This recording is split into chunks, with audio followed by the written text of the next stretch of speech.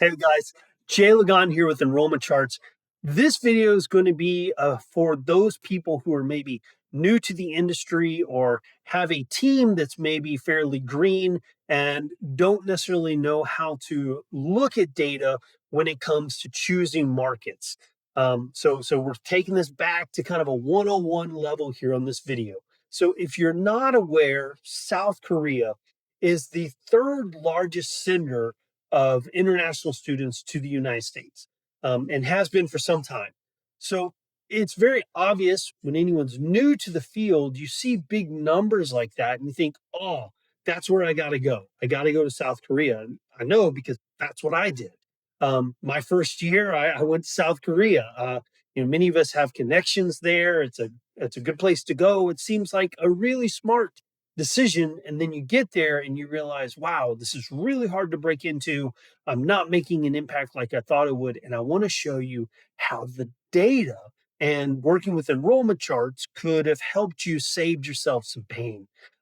If you like this, smash the like, but also hit us up with an email at info@enrollmentcharts.com if you want to know how to get more of our perspective on the things that you're doing, or just access to the dashboard. But let's jump in, man. Come on, Jay, quit holding us up. All right, so what I've done here is I'm looking at the trend lines page for South Korea. It's actually Korea, comma, South in this data set.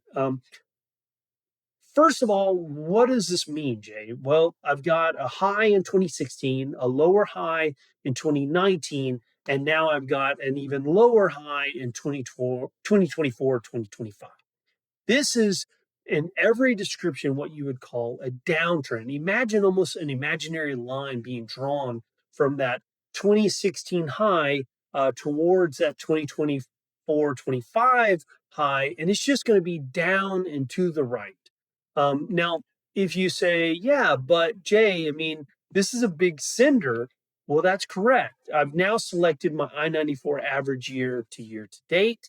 And yeah, this thing sent 26,800 students to the US, judging by their I-94s, but it's 15% below its 11-year average. What that means is that the amount of students coming is decreasing, and there's probably more competition for that reduced number. That's certainly how it felt when I was there. So what I want to do now is jump to our comparative chart, and I've got Korea South selected. And for my focus and for my benchmark, I've chosen the world. Always a good idea to start with choosing the world as a benchmark because it gives you an idea of kind of how your country is looking compared to everything else. And this is, again, down and to the right. If you look at that high from 2016 to that high in 2021 to that high in 2023, these are lower highs. This is not the kind of market that's going to be growing for you. It's going to be shrinking for you, making it more and more difficult for you to recruit there. Now, someone might say, hey, Jay, but 2026 looks to be better than 2025 on a relative basis. And that would be accurate. But I don't want to really look at South Korea as a trend reversal until I get above that 2023 high. It would only be then that I would have any reason to believe that, hey, something has changed of any real value. So, what's the takeaway, guys? The takeaway is one, um, don't just look at the big numbers and say, that's where I'm going to go.